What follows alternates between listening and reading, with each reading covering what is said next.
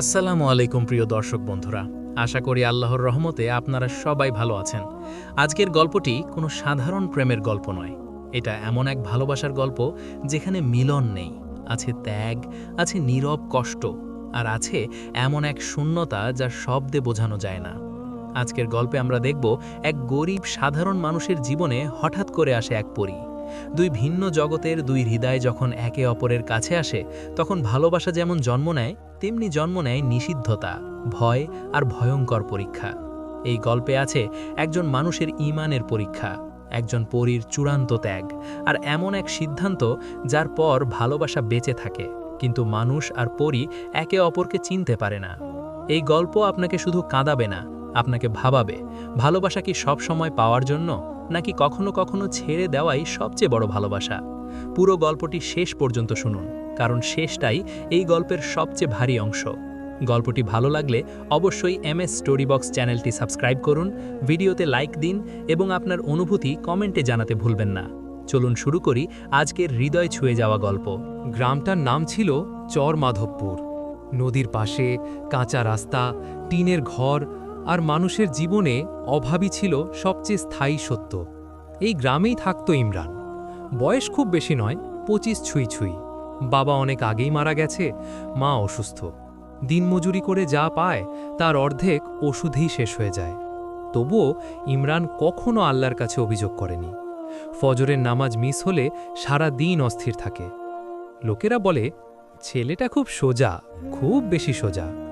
ইমরান সন্ধ্যা নামলেই নদীর ধারে যেত। কাজ শেষে সেখানে বসে থাকলে বুকটা একটু হালকা হতো। ওই জায়গাটায় একটা পুরনো বটগাছ ছিল। গাছটা নিয়ে গ্রামের মানুষের ভয় ছিল। কেউ রাতের পর সেখানে যায় না। কিন্তু সেই দিনটা ছিল আলাদা। আকাশে পূর্ণিমার চাঁদ, নদীর পানিতে রূপালী আলো।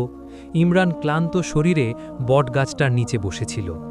হঠাৎ সে খেয়াল করল গাছটার ভেতর থেকে হালকা একটা আলো বেরোচ্ছে। আগুনের আলো না, মোমবাতির আলো না, একেবারে অচেনা।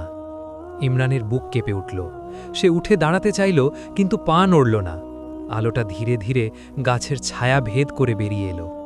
তারপর একজন মেয়ে, সাধারণ কোনো মেয়ে না। তার গায়ের রং যেন চাঁদের আলো মেখে আছে। চোখ দুটো গভীর, কষ্টে ভরা। পিঠে ছিল বড় বড় সাদা ডানা। আলো ঝরছে, আবার নিভছেও। ইমরান ভয়ে চোখ বন্ধ করে ফেলল। মুখে শুধু একটাই কথা বেরোল, আউযুবিল্লাহ। মেয়েটি থমকে গেল। এক মুহূর্ত নীরবতা। তারপর নরম কণ্ঠে সে বলল, ভয় পেও না, আমি তোমার ক্ষতি করতে আসিনি। ইমরান চোখ খুলল। বুকের ভেতর এমনভাবে ধুকপুক করছে যেন বেরিয়ে আসবে। আপনি আপনি কে? মেয়েটি নিচু স্বরে বলল, আমার নাম ইলমা। নামটা শুনে ইমরানের কেমন যেন লাগল, অচেনা কিন্তু শান্ত। আপনি মানুষ না? ইমরান কাঁপা গলায় বলল। ইলমা হালকা হাসল। না, আর তোমার এখানে থাকার কথা না। ইমরান মাথা নিচু করল। আমি জানি, কিন্তু আমার যাওয়ার জায়গা কম। এই কথাটা ইলমার চোখে অদ্ভুত ছায়া খেলল। সে একটু এগিয়ে এলো। তার ডানা থেকে ঝরে পড়া আলো মাটিতে মিলিয়ে যাচ্ছিল। তুমি নামাজ পড়ো? হঠাৎ প্রশ্ন করল ইলমা। ইমরান অবাক হল। জি, যতটা পারি। ইলমা দীর্ঘশ্বাস ফেলল। তাহলে তুমি এখানে থাকা সবচেয়ে বিপজ্জনক মানুষ। ইমরান কিছু বুঝল না। বিপজ্জনক কেন? ইলমা আকাশের দিকে তাকালো। কারণ যাদের হৃদয় পরিষ্কার তাদের দিকে তাকানো আমাদের জন্য নিষেধ। এই কথার মানে ইমরান তখন বুঝতে পারেনি, কিন্তু সেই রাত থেকেই তার জীবন আর আগের মতো থাকেনি। কারণ ওই রাতে এক গরিব মানুষের চোখে এক পরী প্রথমবার মানুষের দুঃখ দেখেছিল, আর এক পরীর চোখে এক মানুষ প্রথমবার নিষিদ্ধ ভালোবাসার ছায়া দেখেছিল। ইমরান সেদিন রাতে বাড়ি ফিরেছিল অনেক দেরিতে। মায়ের ঘুম ভাঙেনি, কিন্তু তার নিজের চোখে ঘুম আসেনি। বারবার মনে পড়ছিল ওই আলো, ওই ডানা, আর ইলমার চোখের ভেতরের অদ্ভুত বিষণ্ণতা। সে ভাবছিল, ওটা কি স্বপ্ন ছিল? কিন্তু মাটিতে পড়ে থাকা সাদা পালকটা দেখে সেই ভাবনা ভেঙে গেল। পালকটা আলো ছড়াচ্ছিল না, তবু অস্বাভাবিকভাবে পরিষ্কার। পরদিন ইমরান আবার কাজ শেষে নদীর ধারে গেল। মনে ভয় ছিল, আবার এক অদ্ভুত টানও ছিল। বটগাছটার নিচে দাঁড়িয়ে সে ফিসফিস করে বলল, আপনি কি আছেন? কোনো উত্তর এলো না। সে ফিরে যেতে উদ্যত হলো। ঠিক তখনই বাতাসটা হঠাৎ ঠান্ডা হয়ে গেল, পাতাগুলো নড়ল, আর ইলমা ধীরে ধীরে গাছের ছায়া থেকে বেরিয়ে এলো। আজ তার ডানাগুলো ভাঁজ করা, আলো খুব কম। ইমরান মাথা নিচু করল। আমি ডাকিনি, যদি ডাকা ভুল হয়। ইলমা শান্ত কণ্ঠে বলল, তুমি ডাকুনি, আমি নিজেই এসেছি। সে চারপাশে তাকালো, যেন কেউ দেখছে কিনা। তারপর বলল, আমার এখানে থাকা উচিত না। ইমরান সাহস করে প্রশ্ন করল, তাহলে কেন থাকেন? ইলমা কিছুক্ষণ চুপ করে রইল, তারপর ধীরে ধীরে বলল, এই বটগাছটা ছিল পরীদের সীমান্ত, মানুষ আর আমাদের জগতের মাঝের এক ক্ষণস্থায়ী আশ্রয়। কিন্তু সে সীমান্ত ভেঙেছে। আমি নির্বাসিত, ইলমা বলল, একটা ভুলের জন্য। ইমরানের বুকটা কেঁপে উঠল। ভুলটা কি? ইলমা চোখ নামিয়ে বলল, মানুষের কষ্টে চোখ রেখে ফেলেছিলাম। এই কথাটা ইমরানকে অস্থির করে দিল। কষ্ট দেখা তো অপরাধ না। ইলমা তিক্ত হাসল, আমাদের জন্য দেখাই অপরাধ। সে বলল, পরীদের নিয়ম কঠোর, মানুষের জীবনে হস্তক্ষেপ নিষিদ্ধ। কিন্তু এক রাতে সে দূর থেকে দেখেছিল এক ছেলে মায়ের জন্য কাঁদছে, অথচ আল্লাহর কাছে অভিযোগ করছে না। সেই দৃশ্য তার মন ভেঙে দিয়েছিল। ওই ছেলে তুমি, ইলমা বলল। ইমরান লজ্জায় মাথা নিচু করল। আমি কিছুই করিনি। সেটাই সমস্যা, ইলমা বলল। তুমি কষ্টেও পবিত্র ছিলে। ইমরান হঠাৎ জিজ্ঞেস করল, আপনি কি এখন বিপদে? ইলমা একটু থামল। হ্যাঁ, খুব। সে বলল, এই সীমান্তে বেশি দিন থাকা যাবে না। ধীরে ধীরে তার শক্তি কমছে, ডানা দুর্বল হচ্ছে। আর সবচেয়ে ভয়ঙ্কর বিষয়, যদি সে মানুষের সঙ্গে আবেগে জড়িয়ে পড়ে, তাহলে শাস্তি নিশ্চিত। ইমরান তাড়াতাড়ি বলল, আমি দূরে থাকব। ইলমা তাকালো তার দিকে। কথা বলা দূরে থাকা নয় ইমরান। এই প্রথম সে তার নাম বলল। ইমরানের বুকের ভেতর কেমন করে উঠল। আপনি আমার নাম জানলেন কিভাবে? ইলমা শান্তভাবে বলল, নামাজের সময় আল্লাহ যখন কারো নাম নেন, আমরা শুনে ফেলি। এই কথায় ইমরান শিউরে উঠল। হঠাৎ দূরে আজানের শব্দ ভেসে এলো, মাগরিব। ইলমা পিছিয়ে গেল। এখন যাও। ইমরান থমকে বলল, আপনি আবার আসবেন? ইলমা তাকিয়ে থাকল কিছুক্ষণ, তারপর বলল, যদি আসি, সেটা তোমার জন্য ভালো হবে না। সে মিলিয়ে গেল। ইমরান একা দাঁড়িয়ে রইল। আজানের শব্দে তার চোখ ভিজে গেল। সে বুঝে গেল, এই দেখা শুধু আশ্রয়ের গল্প না, এটা নিষেধের শুরু। আর নিষেধ যত গভীর হয়, মানুষের মন তত দ্রুত জড়িয়ে পড়ে। মাগরিবের আজানের পর থেকে ইমরান নিয়ম করে বটগাছটার দিকে তাকিয়ে থাকে। সে আর কাছে যায় না, শুধু দূর থেকে দেখে। নিজের মনকে সে হাজারবার বোঝায় এই দেখা ঠিক না, কিন্তু কিছু টান বোঝানো যায় না। কয়েকদিন পর এক সন্ধ্যায় নদীর পাড়ে হঠাৎ বাতাস থেমে গেল। চারপাশে অদ্ভুত নিস্তব্ধতা। ইমরান বুঝে গেল ইলমা এসেছে। আজ তার মুখটা আরও ক্লান্ত, ডানাগুলোর পালক এলোমেলো। ইমরান থামিয়ে বলল, আপনি আসবেন না বলেছিলেন। ইলমা ম্লান হাসল। আমি নিজের কথা সবসময় রাখতে পারি না। এই কথায় ইমরানের বুক ভারী হয়ে গেল। ইলমা বলল, পরীদের জগতে আলো কমে যাচ্ছে। সীমান্ত ভাঙার দায় তার ওপরই পড়েছে। তাকে নজরে রাখা হচ্ছে। কারা? ইমরান জিজ্ঞেস করল। ইলমা চারপাশে তাকিয়ে ফিসফিস করে বলল, যাদের চোখ নেই কিন্তু সব দেখে। এই কথাটা শুনে ইমরানের শরীর ঠান্ডা হয়ে গেল। সে সাহস করে বলল, আপনি চলে যান, আমি একা থাকতে পারব। ইলমা তাকালো তার দিকে। তুমি পারবে, কিন্তু আমি পারব না। সে স্বীকার করল, মানুষের অনুভূতি খুব দ্রুত তার ভেতরে ঢুকে পড়ছে। দুঃখ, মায়া, কষ্ট, সব। এগুলো আমাদের জন্য বিষ, ইলমা বলল, কিন্তু এই বিষ আমাকে শান্তিও দিচ্ছে। ইমরান চোখ নামিয়ে বলল, আমি আপনার ক্ষতি চাই না। ইলমা হালকা হাসল। ভালোবাসা ক্ষতি চায় না, তবুও ক্ষতি করে। হঠাৎ বাতাস ভারী হয়ে উঠল। বটগাছের ছায়া অস্বাভাবিকভাবে লম্বা হল। ইলমা থমকে গেল। ওরা দেখছে, সে ফিসফিস করে বলল। ইমরানের বুক ধুকপুক করতে লাগল। আমি কি করব? ইলমা দ্রুত বলল, আমার নাম মুখে এনো না, আর কখনো আমাকে ডাকবে না। ইমরান চুপ করে দাঁড়িয়ে রইল। ঠিক তখনই দূরে কোনো অদৃশ্য আওয়াজ ভেসে এলো। মনে হচ্ছিল বাতাস কাঁদছে। ইলমা পিছিয়ে যেতে লাগল। তার শরীরের আলো নিভে আসছে। যাওয়ার আগে সে শুধু বলল, যদি আমি না আসি, মনে করবে আমি বেঁচে আছি। এই কথা বলেই সে মিলিয়ে গেল। ইমরান একা দাঁড়িয়ে রইল। তার মনে হচ্ছিল এই দেখা শেষ না, বরং বিপদের শুরু। সেই রাতেই গ্রামে অদ্ভুত ঘটনা ঘটল। কয়েকজন বলল তারা বটগাছটার কাছে আলো দেখেছে, কেউ বলল কান্নার শব্দ শুনেছে। পরদিন সকালে ইমরানের মা তাকে বলল, বাবা, তুই রাতে কোথায় যাস? ইমরান কিছু বলতে পারল না। তার মনে শুধু একটাই ভয়, নিষেধ এখন শুধু ইলমার না, এই নিষেধ তার জীবনেও ঢোকে পড়ছে। ইলমা না আসার কথা বলেছিল, কিন্তু নিষেধের থেকেও শক্তিশালী কিছু আছে, অভ্যাস। ইমরান সেই সন্ধ্যাতেও নদীর ধারে গেল, বটগাছটার কাছাকাছি না গিয়ে দূরে দাঁড়াল। তার বুকের ভেতর অজানা আশঙ্কা, আবার এক অদ্ভুত আশা। হঠাৎ বাতাস থমকে গেল। ইমরান জানত এই নীরবতা স্বাভাবিক না। ইলমা গাছের ছায়া থেকে বেরিয়ে এলো, কিন্তু আজ তার চেহারা দেখে ইমরানের বুক কেঁপে উঠল। তার মুখে যন্ত্রণা, ডানার এক পাশ ঝুলে আছে, আলো প্রায় নেই। ইমরান ছুটে এগোতে চাইল। আপনার কি হয়েছে? ইলমা থামিয়ে দিল। কাছে এসো না। তার কণ্ঠে ভয়। ইমরান থেমে গেল। ওরা কিছু করেছে? ইলমা ধীরে মাথা নেড়ে বলল, সতর্ক করেছে। সে বলল, পরীদের পরিষদে তার নাম উচ্চারণ করা হয়েছে। তাকে মনে করিয়ে দেওয়া হয়েছে সে কে আর তার সীমা কোথায়। আজকের এই দুর্বলতা সেই সতর্কতার ফল। ইমরানের চোখ ভিজে গেল। এটা আমার জন্য। ইলমা শান্তভাবে বলল, না, এটা আমার সিদ্ধান্তের জন্য। সে বসে পড়ল বটগাছটার নিচে। ডানার পালক মাটিতে পড়ছে। ইমরান সাহস করে বলল, আপনি চলে যান, আমি আর আসব না। ইলমা তাকালো তার দিকে। তুমি এলে বা না এলে, নিষেধ ভাঙা হয়ে গেছে। এই কথাটা ইমরানের বুক চেপে ধরল। হঠাৎ চারপাশের আলো অদ্ভুতভাবে বদলে গেল।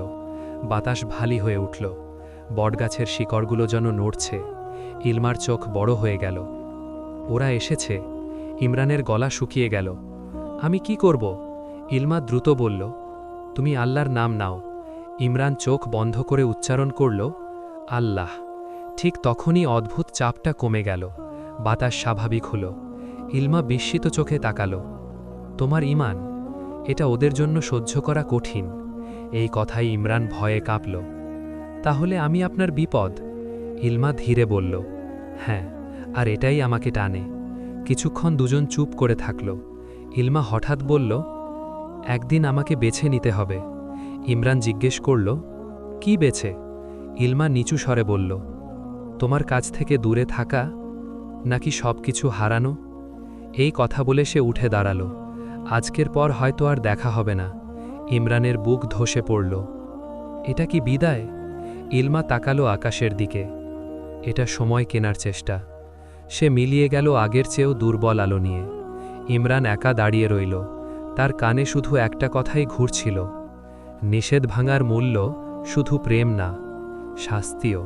ইলমা চলে যাওয়ার পর কয়েকদিন কেটে গেল। সে আর আসেনি। বটগাছটা আবার শুধু গাছ হয়ে দাঁড়িয়ে আছে। আলো নেই, নীরবতা নেই, কিন্তু ইমরানের বুকের ভেতর এক অদৃশ্য শব্দ চলতেই থাকে।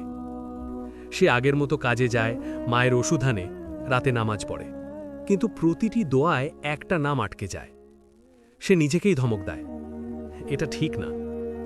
এক রাতে তাহাজ্জুদের পর ইমরান প্রথমবার কাঁদল। সিজদায় মাথা রেখে সে বলল, হে আল্লাহ, যদি আমার কারণে কারো ক্ষতি হয়, আমাকে সরিয়ে নাও। সেই রাতেই স্বপ্নে সে বটগাছটা দেখল, কিন্তু এবার গাছটা শুকনো, চারপাশে অন্ধকার। দূরে ইলমা দাঁড়িয়ে আছে, কিন্তু সে তাকে ডাকছে না। পরদিন সন্ধ্যায় যখন ইমরান নদীর ধারে গেল না, তখনই সে বুঝল আজ ইলমা আসবে। হঠাৎ পেছন থেকে ক্ষীণ কণ্ঠ, তুমি আসনি কেন? ইমরান ঘুরে দাঁড়াল। ইলমা দাঁড়িয়ে আছে, কিন্তু আজ তাকে দেখে বুক ভেঙে গেল। তার মুখে রক্তিম ছাপ, ডানা প্রায় অদৃশ্য। ইমরান কাঁপা গলায় বলল, আপনি আপনি ভেঙে যাচ্ছেন। ইলমা হালকা হাসল। নির্বাসনের পর এটা স্বাভাবিক।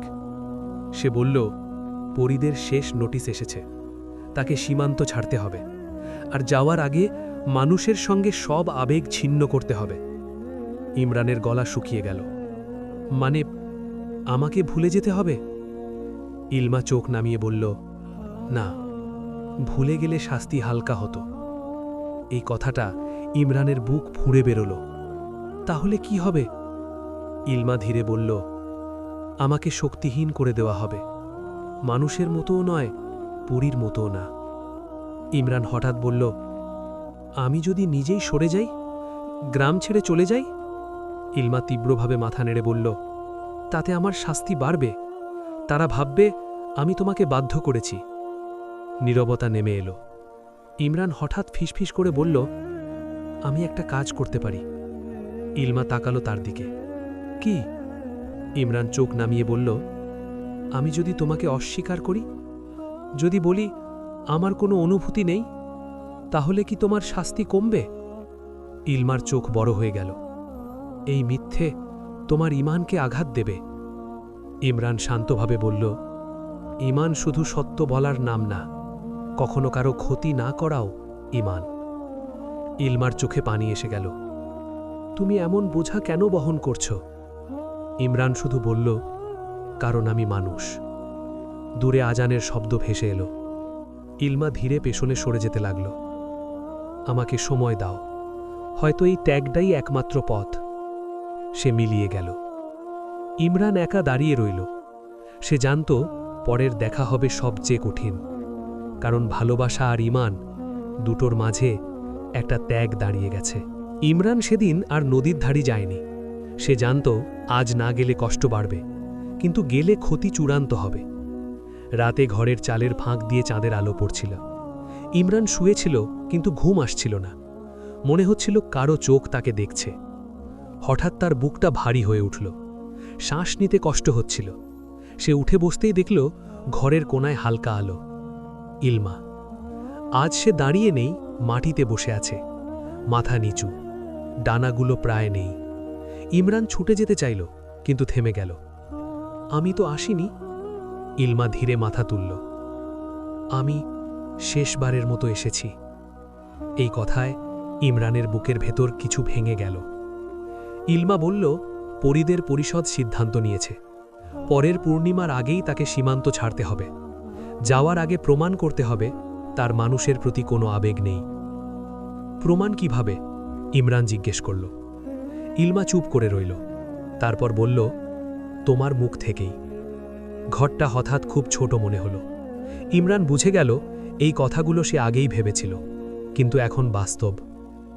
আমি যদি বলি আমি তোমাকে ভালোবাসি না? ইমরান কাঁপা গলায় বলল। ইলমা চোখ বন্ধ করল। তাহলে আমার শাস্তি কমবে। নীরবতা নেমে এলো। ইমরান ধীরে বলল, কিন্তু তুমি জানো মিথ্যে বলা আমার জন্য সহজ না। ইলমা চোখ খুলে তাকালো। আমি জানি, তাই এই দামটা তোমাকেই দিতে হবে। ইমরান হালকা হাসল, ভাঙা হাসি। মানুষের ভালোবাসা সবসময় কাউকে না কাউকে কাঁদায়। ইলমা হঠাৎ উঠে দাঁড়াল। না, আমি এটা চাই না। ইমরান শান্তভাবে বলল, চাও বা না চাও, এটাই ঠিক। সে তার দিকে তাকিয়ে স্পষ্ট করে বলল, আমি তোমাকে ভালোবাসি না। এই কথাটা বলার সময় আর গলা কাঁপল না, কিন্তু চোখ ভিজে গেল। ইলমার শরীর হঠাৎ কেঁপে উঠল। চারপাশে আলো ঘুরে গেল। সে ফিসফিস করে বলল, আর একবার বলো। ইমরান চোখ নামিয়ে আবার বলল, আমি তোমাকে ভালোবাসি না। এক মুহূর্তের জন্য ইলমার চোখে শূন্যতা নেমে এলো। তারপর সে ধীরে ধীরে ফিকে হতে লাগল। যাওয়ার আগে সে শুধু বলল, তুমি আমাকে বাঁচালে, নিজেকে ভেঙে। তারপর আলো নিভে গেল। ইমরান মাটিতে বসে পড়ল। হাত দিয়ে মুখ ঢেকে সে চুপচাপ কাঁদল। কোনো শব্দ নয়, শুধু নীরব কান্না। কারণ কিছু ত্যাগ চিৎকার করে না, সেগুলো মানুষকে নীরবে শেষ করে দেয়। ইলমা চলে যাওয়ার পর ঘরটা আগের মতোই আছে, কিন্তু ইমরানের কাছে সবকিছু অচেনা লাগে। দেওয়ালগুলো যেন কথা বলে না, বাতাসে আর কোনো গন্ধ নেই। সে কথা কমে গেছে। মায়ের সামনে স্বাভাবিক থাকার চেষ্টা করে, কিন্তু চোখের নিচে কালো ছাপ লুকানো যায় না। রাতে ঘুম ভাঙলে তার মনে হয় ইলমা ডাকছে, কিন্তু আলো জ্বলে না, শব্দ আসে না। বটগাছটার দিকে সে তাকায় না, নদীর ধারে যায় না, যেন নিজের মনকেই নিষিদ্ধ করেছে। কয়েকদিন পর হঠাৎ তার শরীর দুর্বল হয়ে পড়ল। কাজ করতে গিয়ে মাথা ঘুরে পড়ে গেল। গ্রামের লোকেরা বলল, ছেলেটার ভেতর থেকে যেন কিছু চলে গেছে। ডাক্তার বলল, ভয় নেই, শুধু মন ভেঙেছে। কিন্তু কেউ জানে না মন ভাঙা কখনো কখনো শরীর ভাঙার থেকেও ভয়ঙ্কর। এক রাতে গভীর ঘুমের মধ্যে ইমরান আবার স্বপ্ন দেখল। সে দেখল একটা বড় ফাঁকা জায়গা, চারপাশে সাদা কুয়াশা, মাঝখানে ইলমা দাঁড়িয়ে আছে, কিন্তু সে হাসছে না। ইমরান এগোতে চাইল, ইলমা হাত তুলল। এখানে এসো না। ইমরান থেমে গেল। তুমি ঠিক আছো? ইলমা ধীরে বলল, আমি বেঁচে আছি, কিন্তু আর আগের আমি না। সে বলল, তার ডানাগুলো আর কখনো ফিরে আসবে না। তাকে মানুষ আর পরীদের মাঝখানে একা থাকতে হবে। এই শাস্তি ত্যাগের ফল। ইমরানের বুক চেপে ধরল। তাহলে আমি ভুল করলাম? ইলমা শান্তভাবে বলল, ভুল না, কিন্তু ত্যাগ সবসময় পূর্ণতা দেয় না। হঠাৎ কুয়াশা ঘন হয়ে গেল। ইলমা শেষবার বলল, নিজেকে শেষ করো না। এই কথা বলেই স্বপ্ন ভেঙে গেল। ইমরান উঠে বসে ফজরের আজান শুনল। তার চোখ ভিজে গেল। সেই দিন থেকে সে মসজিদে বেশি সময় কাটাতে লাগল। মানুষের সঙ্গে কম কথা বলে, কিন্তু আল্লাহর কাছে বেশি কথা বলে। বটগাছটা আবার আলোহীন, কিন্তু মাঝে মাঝে খুব গভীর রাতে ইমরানের মনে হয় কেউ তাকে দূর থেকে দেখছে। কারণ ত্যাগের পর সবচেয়ে কঠিন শাস্তি শূন্যতা। শূন্যতার সঙ্গে মানুষ ধীরে ধীরে অভ্যস্ত হয়ে যায়। ইমরানও হয়েছে। সে আর রাতে চমকে ওঠে না। ইলমার নাম মনে এলেও বুকের ভেতর আর আগের মতো ছটপাট করে না। শুধু এক ধরনের ভারী শান্তি, যেটা সুখ না, আবার কষ্টও না। এক সন্ধ্যায় মসজিদ থেকে ফেরার পথে গ্রামের এক বৃদ্ধ তাকে থামাল। লোকটা খুব কম কথা বলে, সবাই তাকে ভয় পায়। বৃদ্ধ ধীরে বলল, তুই সীমান্ত ছুঁয়ে এসেছিস বাবা। ইমরান থমকে গেল। আমি বুঝলাম না। বৃদ্ধ আকাশের দিকে তাকালো। যারা নিষিদ্ধ দেখেছে তারা আর আগের মতো থাকে না। এই কথা বলেই সে চলে গেল। সেই রাতেই ইমরান অদ্ভুত আওয়াজ শুনল। বাতাসে চাপ, কানে ফিসফিসানি, কিন্তু কোনো শব্দ পরিষ্কার না।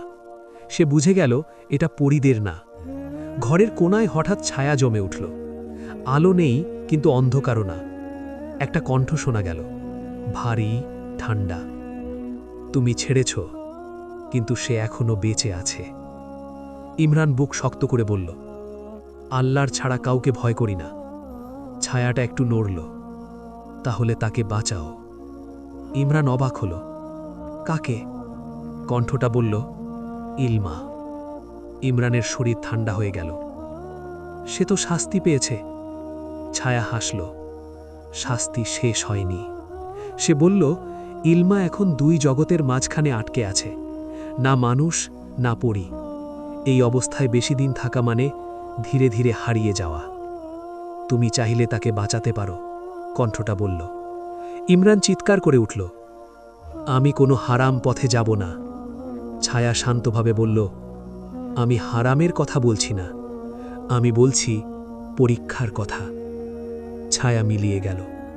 ইমরান সারা রাত ঘুমোতে পারল না। ভোরে ফজরের নামাজ পড়ে সে দীর্ঘ সময় বসে রইল। তার মনে প্রশ্ন, এটা কি শয়তানের ধোঁকা, নাকি আল্লাহর পক্ষ থেকে নতুন পরীক্ষা? সেই দিন বিকেলে সে আবার বহুদিন পর নদীর ধারে গেল। বটগাছটার নিচে দাঁড়িয়ে সে বলল, হে আল্লাহ, যদি এটা ফাঁদ হয় আমাকে রক্ষা করো। হঠাৎ বাতাস নরম হয়ে এলো। কোনো আলো নয়, কোনো ছায়াও নয়, শুধু শান্তি। তার মনে হলো কেউ দূর থেকে বলছে, পরীক্ষা মানেই পথ না, পথ চিনে নেওয়াই পরীক্ষা। ইমরান বুঝে গেল, এখন সিদ্ধান্ত শুধু ভালোবাসার না, ঈমানের। ইলমা চলে যাওয়ার পর কয়েকদিন কেটে গেল। সে আর আসেনি। বটগাছটা আবার শুধু গাছ হয়ে দাঁড়িয়ে আছে। আলো নেই, নীরবতা নেই, কিন্তু ইমরানের বুকের ভেতর এক অদৃশ্য শব্দ চলতেই থাকে। সে আগের মতো কাজে যায়, মায়ের ওষুধ আনে, রাতে নামাজ পড়ে। কিন্তু প্রতিটি দোয়ায় একটা নাম আটকে যায়। সে নিজেকেই ধমক দেয়, এটা ঠিক না। এক রাতে তাহাজ্জুদের পর ইমরান প্রথমবার কাঁদল। সেজদায় মাথা রেখে সে বলল, হে আল্লাহ, যদি আমার কারণে কারো ক্ষতি হয় আমাকে সরিয়ে নাও। সেই রাতেই স্বপ্নে সে বটগাছটা দেখল, কিন্তু এবার গাছটা শুকনো, চারপাশে অন্ধকার। দূরে ইলমা দাঁড়িয়ে আছে, কিন্তু সে তাকে ডাকছে না। পরদিন সন্ধ্যায় যখন ইমরান নদীর ধারে গেল না, তখনই সে বুঝল আজ ইলমা আসবে। হঠাৎ পেছন থেকে ক্ষীণ কণ্ঠ, তুমি আসনি কেন? ইমরান ঘুরে দাঁড়ালো। ইলমা দাঁড়িয়ে আছে, কিন্তু আজ তাকে দেখে বুক ভেঙে গেল। তার মুখে রক্তিম ছাপ, ডানা প্রায় অদৃশ্য। ইমরান কাঁপা গলায় বলল, আপনি আপনি ভেঙে যাচ্ছেন। ইলমা হালকা হাসল। নির্বাসনের পর এটা স্বাভাবিক। সে বলল, পরীদের শেষ নোটিশ এসছে, তাকে সীমান্ত ছাড়তে হবে, আর যাওয়ার আগে মানুষের সঙ্গে সব আবেগ ছিন্ন করতে হবে। ইমরানের গলা শুকিয়ে গেল। মানে আমাকে ভুলে যেতে হবে? ইলমা চোখ নামিয়ে বলল, না, ভুলে গেলে শাস্তি হালকা হতো। এই কথাটা ইমরানের বুক ফুঁড়ে বেরোল। তাহলে কি হবে? ইলমা ধীরে বলল, আমাকে শক্তিহীন করে দেওয়া হবে। মানুষের মতোও নয়, পরীর মতোও না। ইমরান হঠাৎ বলল, আমি যদি নিজেই সরে যাই, গ্রাম ছেড়ে চলে যাই? ইলমা তীব্রভাবে মাথা নেড়ে বলল, তাতে আমার শাস্তি বাড়বে। তারা ভাববে আমি তোমাকে বাধ্য করেছি। নীরবতা নেমে এলো। ইমরান হঠাৎ ফিসফিস করে বলল, আমি একটা কাজ করতে পারি। ইলমা তাকালো তার দিতে। কি? ইমরান চোখ নামিয়ে বলল, আমি যদি তোমাকে অস্বীকার করি, যদি বলি আমার কোনো অনুভূতি নেই, তাহলে কি তোমার শাস্তি কমবে? ইলমার চোখ বড় হয়ে গেল। এই মিথ্যা তোমার ঈমানকে আঘাত দেবে। ইমরান শান্তভাবে বলল, ঈমান শুধু সত্য বলার নাম না, কখনো কারো ক্ষতি না করাও ঈমান। ইলমার চোখে পানি এসে গেল। তুমি এমন বোঝা কেন বহন করছো? ইমরান শুধু বলল, কারণ আমি মানুষ। দূরে আজানের শব্দ হেসে এলো। ইলমা ধীরে পেছনে সরে যেতে লাগল। আমাকে সময় দাও, হয়তো এই ত্যাগটাই একমাত্র পথ। সে মিলিয়ে গেল। ইমরান একা দাঁড়িয়ে রইল। সে জানত পরের দেখা হবে সবচেয়ে কঠিন, কারণ ভালোবাসা আর ঈমান দুটোর মাঝে একটা ত্যাগ দাঁড়িয়ে গেছে। ইমরান সেদিন আর নদীর ধারে যায়নি। সে জানত আজ না গেলে কষ্ট বাড়বে, কিন্তু গেলে ক্ষতি চূড়ান্ত হবে। রাতে ঘরের চালের ফাঁক দিয়ে চাঁদের আলো পড়ছিল। ইমরান শুয়েছিল, কিন্তু ঘুম আসছিল না। মনে হচ্ছিল কারো চোখ তাকে দেখছে। হঠাৎ তার বুকটা ভারী হয়ে উঠল। শ্বাস নিতে কষ্ট হচ্ছিল। সে উঠে বসতেই দেখল ঘরের কোণায় হালকা আলো। ইলমা। আজ সে দাঁড়িয়ে নেই, মাটিতে বসে আছে, মাথা নিচু, ডানাগুলো প্রায় নেই। ইমরান ছুটে যেতে চাইল, কিন্তু থেমে গেল। আমি তো আসিনি। ইলমা ধীরে মাথা তুলল। আমি শেষবারের মতো এসেছি। এই কথাই ইমরানের বুকের ভেতর কিছু ভেঙে গেল। ইলমা বলল, পরীদের পরিষদ সিদ্ধান্ত নিয়েছে, পরের পূর্ণিমার আগেই তাকে সীমান্ত ছাড়তে হবে। যাওয়ার আগে প্রমাণ করতে হবে তার মানুষের প্রতি কোনো আবেগ নেই। প্রমাণ কিভাবে? ইমরান জিজ্ঞেস করল। ইলমা চুপ করে রইল। তারপর বলল, তোমার মুখ থেকেই। ঘরটা হঠাৎ খুব ছোট মনে হলো। ইমরান বুঝে গেল এই কথাগুলো সে আগেই ভেবেছিল, কিন্তু এখন বাস্তব। আমি যদি বলি আমি তোমাকে ভালোবাসি না? ইমরান কাঁপা গলায় বলল। ইলমা চোখ বন্ধ করল। তাহলে আমার শাস্তি কমবে। নীরবতা নেমে এলো। ইমরান ধীরে বলল, কিন্তু তুমি জানো মিথ্যা বলা আমার জন্য সহজ না। ইলমা চোখ খুলে তাকালো। আমি জানি, তাই এই দামটা তোমাকেই দিতে হবে। ইমরান হালকা হাসল, ভাঙা হাসি। মানুষের ভালোবাসা সবসময় কাউকে না কাউকে কাঁদায়। ইলমা হঠাৎ উঠে দাঁড়ালো। না, আমি এটা চাই না। ইমরান শান্তভাবে বলল, চাও বা না চাও, এটাই ঠিক। সে তার দিকে তাকিয়ে স্পষ্ট করে বলল, আমি তোমাকে ভালোবাসি না। এই কথাটা বলার সময় তার গলা কাঁপল না, কিন্তু চোখ ভিজে গেল। ইলমার শরীর হঠাৎ কেঁপে উঠল। চারপাশে আলো ঘুরে গেল। সে ফিসফিস করে বলল, আর একবার বলো। ইমরান চোখ নামিয়ে আবার বলল, আমি তোমাকে ভালোবাসি না। এক মুহূর্তের জন্য ইলমার চোখে শূন্যতা নেমে এলো। তারপর সে ধীরে ধীরে ফিকে হতে লাগল। যাওয়ার আগে সে শুধু বলল, তুমি আমাকে বাঁচালে নিজেকে ভেঙে। তারপর আলো নিভে গেল। ইমরান মাটিতে বসে পড়ল। হাত দিয়ে মুখ ঢেকে সে চুপচাপ কাঁদল। কোনো শব্দ নয়, শুধু নীরব কান্না। কারণ কিছু ত্যাগ চিৎকার করে না, সেগুলো মানুষকে নীরবে শেষ করে দেয়। ইলমা চলে যাওয়ার পর ঘরটা আগের মতোই আছে, কিন্তু ইমরানের কাছে সবকিছু অচেনা লাগে। দেওয়ালগুলো যেন কথা বলে না, বাতাসে আর কোনো গন্ধ নেই। সে কথা কমে গেছে। মায়ের সামনে স্বাভাবিক থাকার চেষ্টা করে, কিন্তু চোখের নিচে কালো ছাপ লুকানো যায় না। রাতে ঘুম ভাঙলে তার মনে হয় ইলমা ডাকছে, কিন্তু আলো জ্বলে না, শব্দ আসে না। বটগাছটার দিকে সে তাকায় না, নদীর ধারে যায় না, যেন নিজের মনকেই নিষিদ্ধ করেছে। কয়েকদিন পর হঠাৎ তার শরীর দুর্বল হয়ে পড়ল। কাজ করতে গিয়ে মাথা ঘুরে পড়ে গেল। গ্রামের লোকেরা বলল, ছেলেটার ভেতর থেকে যেন কিছু চলে গেছে। ডাক্তার বলল, ভয় নেই, শুধু মন ভেঙেছে। কিন্তু কেউ জানে না, মন ভাঙা কখনো কখনো শরীর ভাঙার থেকেও ভয়ঙ্কর। এক রাতে গভীর ঘুমের মধ্যে ইমরান আবার স্বপ্ন দেখল। সে দেখল একটা বড় ফাঁকা জায়গা, চারপাশে সাদা কুয়াশা, মাঝখানে ইলমা দাঁড়িয়ে আছে, কিন্তু সে হাসছে না। ইমরান এগোতে চাইল, ইলমা হাত তুলল। এখানে আসো না। ইমরান থেমে গেল। তুমি ঠিক আছো? ইলমা ধীরে বলল, আমি বেঁচে আছি, কিন্তু আর আগের আমি না। সে বলল তার ডানাগুলো আর কখনো ফিরে আসবে না, তাকে মানুষের আর পরীদের মাঝখানে একা থাকতে হবে। এই শাস্তি ত্যাগের ফল। ইমরানের বুক চেপে ধরল। তাহলে আমি ভুল করলাম? ইলমা শান্তভাবে বলল, ভুল না, কিন্তু ত্যাগ সবসময় পূর্ণতা দেয় না। হঠাৎ কুয়াশা ঘন হয়ে গেল। ইলমা শেষবার বলল, নিজেকে শেষ করো না।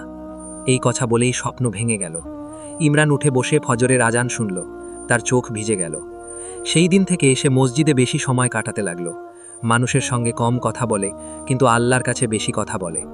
বটগাছটা আবার আলোহীন, কিন্তু মাঝে মাঝে খুব গভীর রাতে ইমরানের মনে হয় কেউ তাকে দূর থেকে দেখছে। কারণ ত্যাগের পর সবচেয়ে কঠিন শাস্তি শূন্যতা। শূন্যতার সঙ্গে মানুষ ধীরে ধীরে অভ্যস্ত হয়ে যায়। ইমরানও হয়েছে। সে আর রাতে চমকে ওঠে না। ইলমার নাম মনে এলেও বুকের ভেতর আর আগের মতো ছটফট করে না। শুধু এক ধরনের ভারী শান্তি, যেটা সুখ না, আবার কষ্টও না। এক সন্ধ্যায় মসজিদ থেকে ফেরার পথে গ্রামের এক বৃদ্ধ তাকে থামালো। লোকটা খুব কম কথা বলে, সবাই তাকে ভয় পায়। বৃদ্ধ ধীরে বলল, তুই সীমান্ত ছুঁয়ে এসেছিস বাবা। ইমরান থমকে গেল। আমি বুঝলাম না। বৃদ্ধ আকাশের দিকে পাকালো। যারা নিষিদ্ধ দেখেছে তারা আর আগের মতো থাকে না। এই কথা বলেই সে চলে গেল। সেই রাতেই ইমরান অদ্ভুত আওয়াজ শুনল। বাতাসে চাপ, কানে ফিসফিসানি, কিন্তু কোনো শব্দ পরিষ্কার না।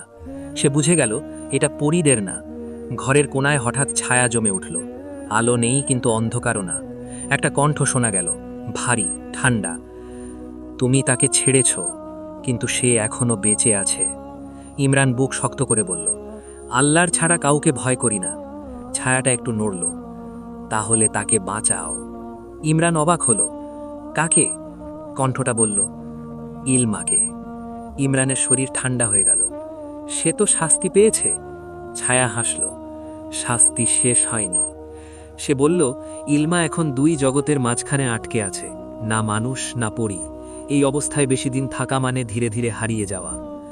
তুমি চাইলে তাকে বাঁচাতে পারো, কণ্ঠ বলল। ইমরান চিৎকার করে উঠল, আমি কোনো হারাম পথে যাব না। ছায়া শান্তভাবে বলল, আমি হারামের কথা বলছি না, আমি বলছি পরীক্ষার কথা।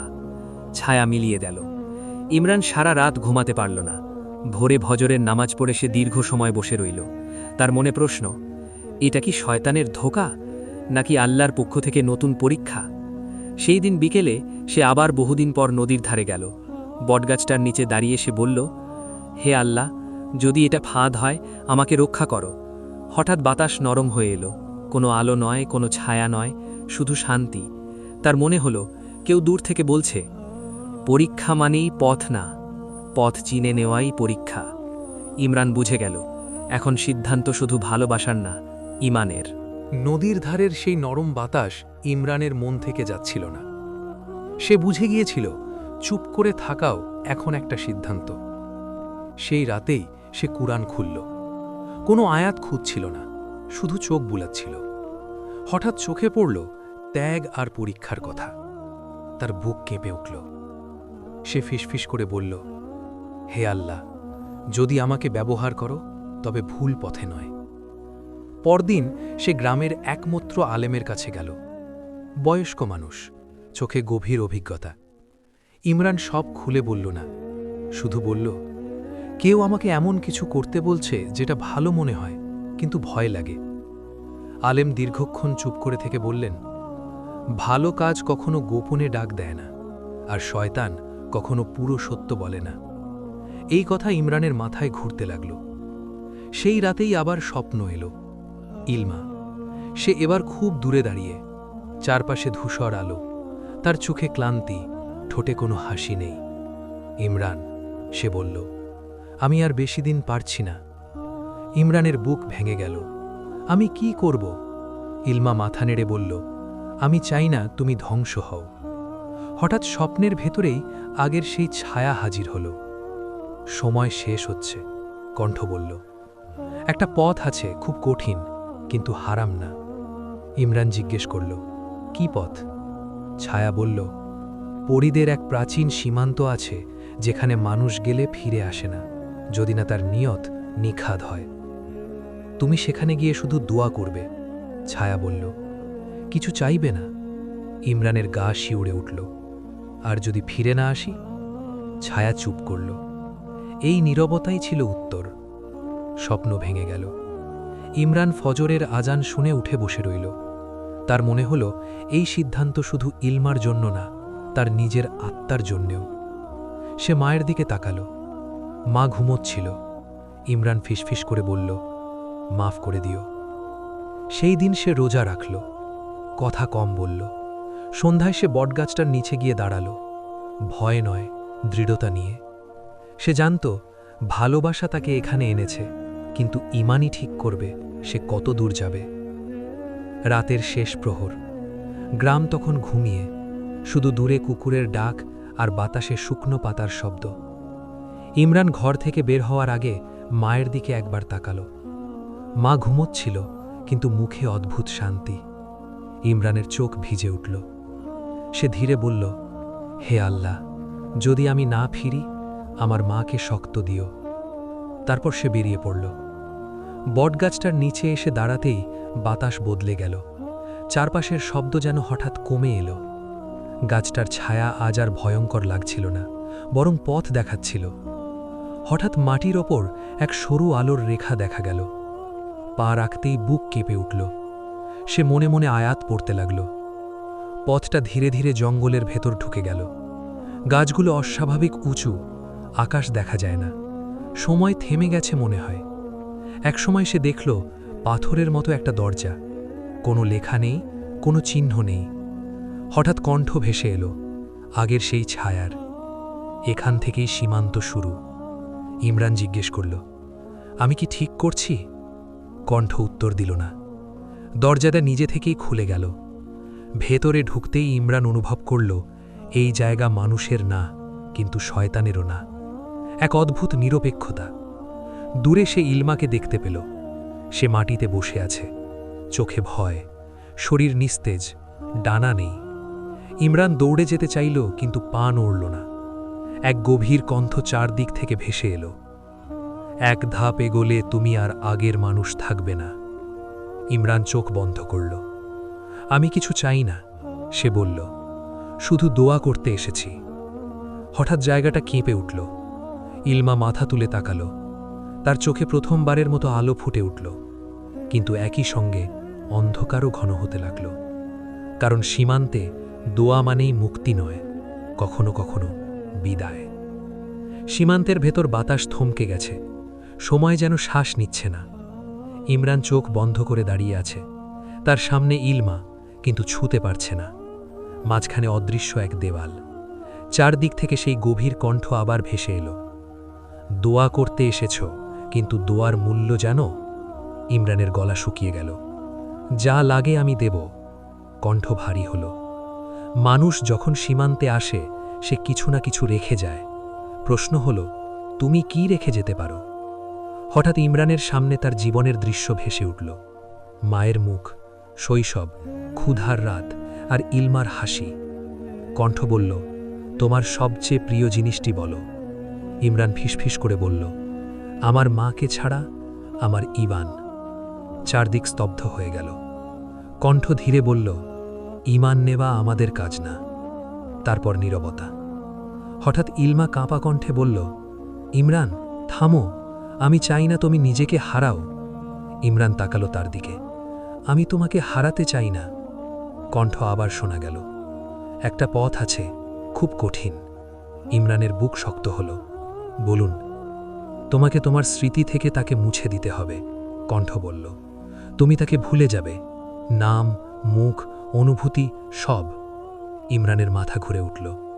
তাহলে সে বাঁচবে, কণ্ঠ উত্তর দিল, কিন্তু তুমি জানবে না কেন তার জন্য কাঁদছ।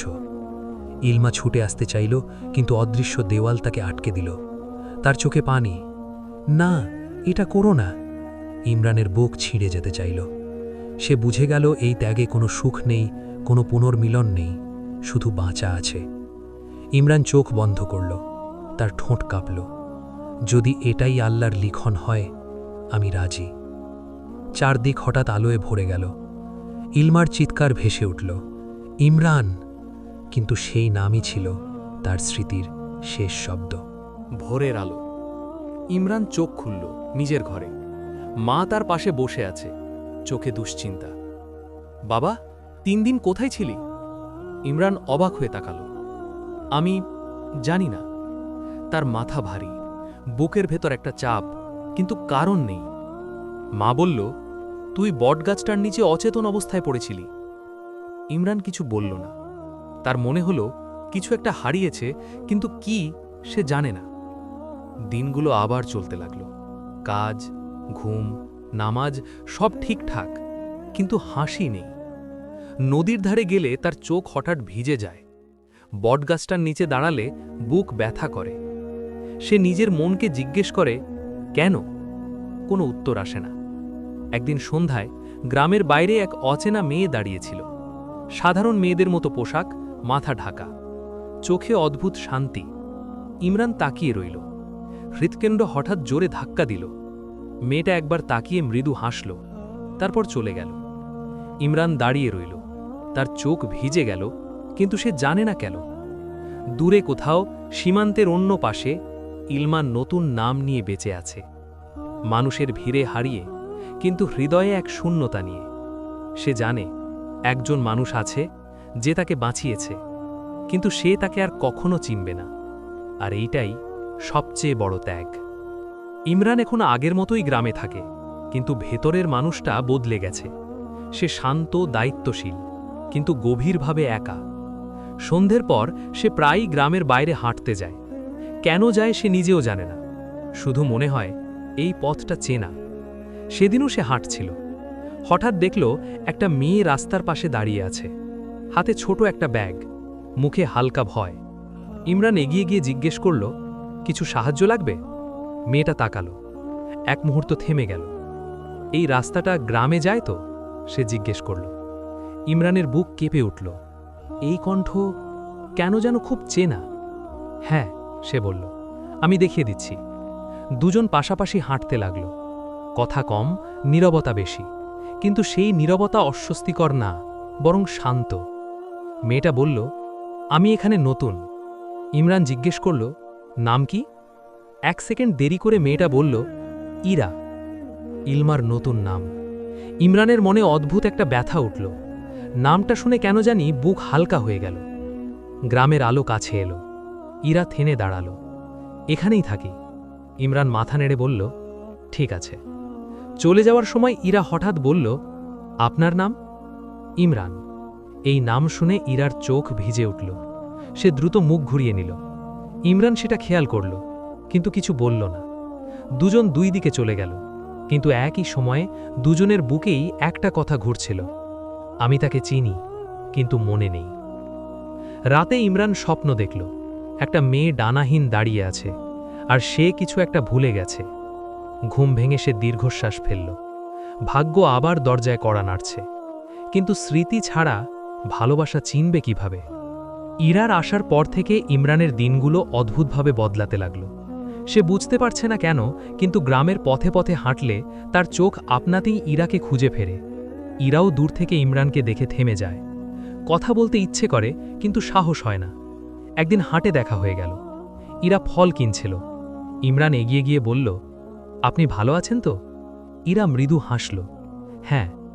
এই হাসিটা ইমরানের বুকের ভেতর কেমন জানি মোচড় দিল। তারা ধীরে ধীরে কথা বলতে লাগল। খুব সাধারণ কথা, গ্রাম, কাজ, আবহাওয়া, কিন্তু প্রতিটা শব্দে একটা অদ্ভুত টান। ইরা একসময় বলল, আপনার কি কখনো মনে হয় আপনি কিছু হারিয়েছেন? ইমরান থমকে গেল। প্রতিদিন। ইরা চোখ নামিয়ে নিল। আমি জানি এই অনুভূতিটা। একদিন সন্ধ্যায় তারা বটগাছটার নিচে দাঁড়াল। ইমরানের বুক হঠাৎ ভারী হয়ে উঠল। এই জায়গাটা, সে বলল, এখানে দাঁড়ালে আমার নিঃশ্বাস নিতে কষ্ট হয়। ইরা চোখ বন্ধ করল। তার চোখ দিয়ে এক ফোঁটা পানি গড়িয়ে পড়ল। কিছু জায়গা, সে বলল, সব মনে করিয়ে দেয়। ইমরান তাকালো তার দিকে। আপনি কাঁদছেন? ইরা মাথা নেড়ে বলল, না, ধুলো পড়েছে। কিন্তু দুজনেই জানত এটা ধুলো না। ইরা রাতে ঘুমোতে পারে না। সে জানে ইমরানের স্মৃতি আর কখনো ফিরবে না, কিন্তু এই কাছাকাছি থাকা তাকে ভেঙে দিচ্ছে।